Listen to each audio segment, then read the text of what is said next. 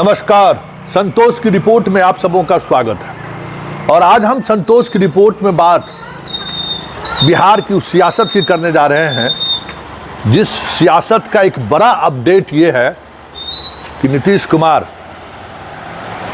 BJP गठबंधन या NDA गठबंधन को लेकर असहज होते जा रहे हैं और उस असहजता में कोई बड़े फैसले ले लें तो कोई बड़ी बात नहीं होगी। देखिए, पिछले 24 घंटे के घटनाक्रम पर अगर आप गौर करेंगे तो आपको लगेगा कि बिहार में कुछ न कुछ चल रहा है।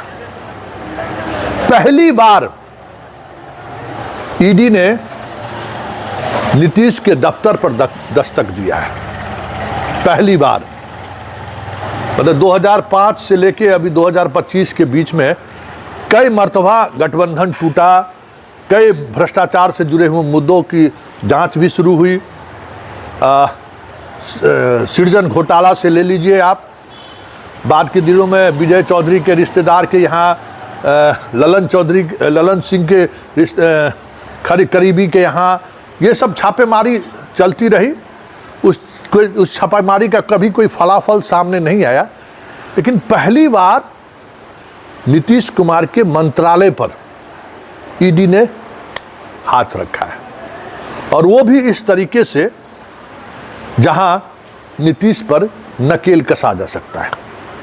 और जिस वक्त ईडी पटना, नालंदा, रांची, लखनऊ और कोलकाता में छापेमारी कर रही थी, ठीक लगभग उसी समय में अमित शाह का एक इंटरव्यू इकोनॉमिक्स टाइम्स में छपा है। और उस इकोनॉमिक्स टाइम्स में तो देश की अर्थव्यवस्था से लेके जीडीपी से लेके बहुत सारे मुद्दों पर बातचीत हुई है, लेकिन चलते चलते एक मुद्दा बिहार की सियासत की भी हो गया, जिसमें उन्होंने स्पष्ट तौर पर कहा है कि नीतीश के नेतृत्व में हम लोग चुनाव तो जरूर लड़ेंगे, लेकिन मुख्यमंत्री वो बनेंगे वो कोई जरूरी नहीं है। वो उस समय में उन्होंने ये बयान दिया जिस समय नरेंद्र मोदी बिहार के दौरे पर आने वाले थे। और आज मंच पर जो दिखा और जिस तरीके से चीज़ें दिख रही थी, ना उत्साह मोदी के उस कार्यक्रम के दौरान कभी दिखा जिस उत्साह के लिए मोदी जाने जाते हैं। और नीतीश तो पहले से ही आप उनके स्वास्थ्य को लेकर हम लोग चर्चा करते ही रहे हैं। आज नीतीश भी कुछ अलग थलग दिख रहे थे। मतलब ये तय है कि बीजेपी ने ये मन बना लिया है कि किसी तरीके से नीतीश कुमार को चुनाव तक खींचिए, उसके बाद हम लोग बिहार में अपनी सरकार बनाएं। ये तय हो गया है। हालांकि ये संकेत देना अमित शाह के लिए बिहार की सियासत को समझने वाले लोग मानते हैं कि यह आत्मघाती बयान है। इस बयान से बीजेपी को बड़ा नुकसान हो सकता है। ऐसे में सवाल उठना लाजमी है कि अमित शाह इस तरीके का बयान देकर बिहार में साधना क्या चाहते हैं। आखिर कौन सी सियासत है जिस सियासत के सहारे अमित शाह ने यहाँ तक ये बात कर दी। हालांकि कोई बड़ा सियासी बदलाव फिलहाल होता हुआ दिख नहीं रहा है, सिवाय प्रशांत किशोर और अगर हम बात करें तो चिराग पासवान के अलावा कोई ऐसे खिलाड़ी उनके साथ नहीं है जिसको लेकर कुछ अलग से कोई बात की जा सके। ये बात समझने वाली बात है। इसलिए बहुत कुछ बीजेपी के पास कोई ऐसी बात नहीं है कि कोई नए तुरुप के इक्का उनके पास आ गया हो जो वो इस फैसले पर आ जाए। और अब मोदी का वो 14 वाला जलवा भी नहीं है। ये भी एक बात है। इन तमाम बात के बावजूद अगर इस तरीके का बयान और इस तरीके का इंटरव्यू अमित शाह का आ रहा है, मतलब साफ है कि बीजेपी इस बार किसी भी तरीके के समझौते के मूड में नहीं है। ऐसे में सीट को लेकर भी नीतीश पर दबाव पड़ेगा और गठबंधन के दौरान भी प्रशांत किशोर जैसे खिलाड़ी के माध्यम से नीतीश को कमज़ोर करने की कोशिश होगी। ये शाह के इस बयान से साफ दिख रहा है। ऐसे में नीतीश के पास विकल्प क्या है? नीतीश कहां तक जा सकते हैं? क्या सोच सकते हैं नीतीश कुमार? तो नीतीश की सियासत को जानने वाले लोग मानते हैं कि नीतीश कुमार अपने राजनीतिक जीवन के अंतिम दौर में प्रवेश कर चुके हैं। अब उनके पास भी कुछ नई चीजें नहीं हैं जिसके सहारे वो कुछ बिहार के अलग से सत्ता में कुछ हलचल पैदा कर सके। ऐसे में आने वाले समय में वो अपनी विरासत जो बेटे को सौंपने से अभी भी परहेज कर रहे हैं, और जदयू के अंदर जो हाल के दिनों में जो उफान आपको देखने को मिल रहा है बेटे को लेकर, उसके अंदर भी यही कसमकस है कि नीतीश कुमार जो जिस मनः स्थिति में हैं या जिस तरीके से वो सोच रहे हैं उस स्थिति में जदयू ना जाए, इसलिए जदयू के अंदर के लोग जो हैं वो चाह रहे हैं कि किसी तरीके से निशांत के सहारे नीतीश जी को कुछ दिन तक खींच लिया जाए, मतलब नीतीश की सियासत को कुछ दिनों तक खींचा जा सकता है।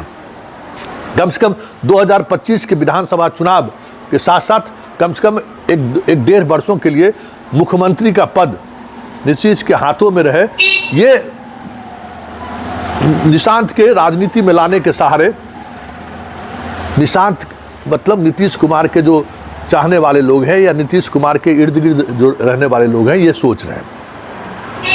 लेकिन नीतीश अभी भी इसको लेकर पूरी तौर पर तैयार नहीं है। तो क्या नीतीश बीजेपी के हाथों में सत्ता सौंप कर राजनीति से वनवास ले लेंगे या फिर खेला करेंगे? नीतीश कुमार की राजनीति को पिछले 40 वर्षों से बहुत करीब से देखने वाले विशेषज्ञों का मानना है कि नीतीश जहर का घूंट पी लेगा लेकिन वो बीजेपी का सत्ता स्वीकार नहीं करेगा। तो फिर उनके पास विकल्प क्या है, वो क्या कर सकते हैं? तो हम पॉलिटिकल एक्सपर्ट जो नीतीश के काफ़ी करीब रहे भी हैं, नीतीश के साथ काफ़ी लंबे अंतराल तक अपनी सियासत पारी भी खेली है और नीतीश की राजनीति को बहुत करीब से वो देखते भी हैं, हम बात फुलेंद्र कुमार सिंह आंसू की कर रहे हैं। वो क्या मानते हैं जरा सुनिए, क्योंकि इनका मानना है कि किसी भी परिस्थिति में बीजेपी का मुख्यमंत्री नीतीश स्वीकार नहीं करेगा। तो फिर होगा क्या, खेला होवे क्या? तो जरा सुनिए फुलेंद्र कुमार सिंह आंसू क्या कह रहे हैं। जो इकोनॉमिक टाइम्स में एक अमित शाह का इंटरव्यू छपा है, आपने उस इंटरव्यू को पढ़ा भी है, सीधा सीधा क्या संकेत है उस इंटरव्यू में? सीधा संकेत तो यही है कि एनडीए के मुख्यमंत्री नीतीश नहीं होंगे, और ये संकेत अगर पक्का है तो नीतीश जी की कोशिश होगी कि इसके बावजूद एनडीए में रह के कम से कम 100 सीट उनको मिल जाए। अगर 100 सीट उनको नहीं मिलेगा, वैसी स्थिति में उनके सामने विकल्प खुला हुआ है कि छोटे मोटे दलों के साथ इंडिपेंडेंट जाएं। वो एनडीए के नेतृत्व वाला चीफ मिनिस्टर कभी स्वीकार नहीं करेंगे। तो अब कहाँ जाएंगे? कांग्रेस की होमनोबिंग चल रही है, आरजेडी की होमनोबिंग चल रही है सीट शेयरिंग पर। तो कांग्रेस या आरजेडी में नीतीश का जो सामाजिक न्याय का कंसेप्ट है या पहले से जो उनका चला आ रहा है, कर्पूरी जी का सानिध्य और फिर समाजवादियों का सानिध्य, उसके हिसाब से लगता है कि वो आरजेडी को नेतृत्व देना पसंद करेंगे, वो कांग्रेस को नेतृत्व देना पसंद करेंगे मुख्यमंत्री पद, लेकिन बीजेपी को मुख्यमंत्री पद देना पसंद नहीं करेंगे। इसलिए ये डिसास्टर होगा बीजेपी के लिए कि वो ऐसा जो बयान आया है उसका सफाई नहीं देते हैं। ये डिसास्टर होने वाला है। अमित शाह के स्तर पर बयान आने का तो मतलब स्पष्ट है और इस तरीके से खुलकर पहली बार उन्होंने बोला है कि उनके नेतृत्व में हम चुनाव तो लड़ेंगे। अमित शाह पहले ही बोल चुके हैं कि नीतीश के लिए दरवाजा बंद है। हाँ, मतलब जिस समय में साथ नहीं थे। इसलिए ये मत नहीं मानिए कि अमित शाह बोल दिए, अंदर की बात उनके मुंह से निकल गई कि अंदर में ये बात चल रही है, उनके मुंह से निकल गई। लेकिन ये बात कोई नीतीश नहीं समझ रहे हैं, सो बात नहीं है, और ये बात सारे लोग समझ रहे हैं, नीतीश की पार्टी में भी और बीजेपी के में भी, आरजेडी में भी, कि अगर नीतीश ऐसे ही 40-50 सीट पर विधायक बना के रह गए तो उनको एनडीए मुख्यमंत्री नहीं बनने देगा।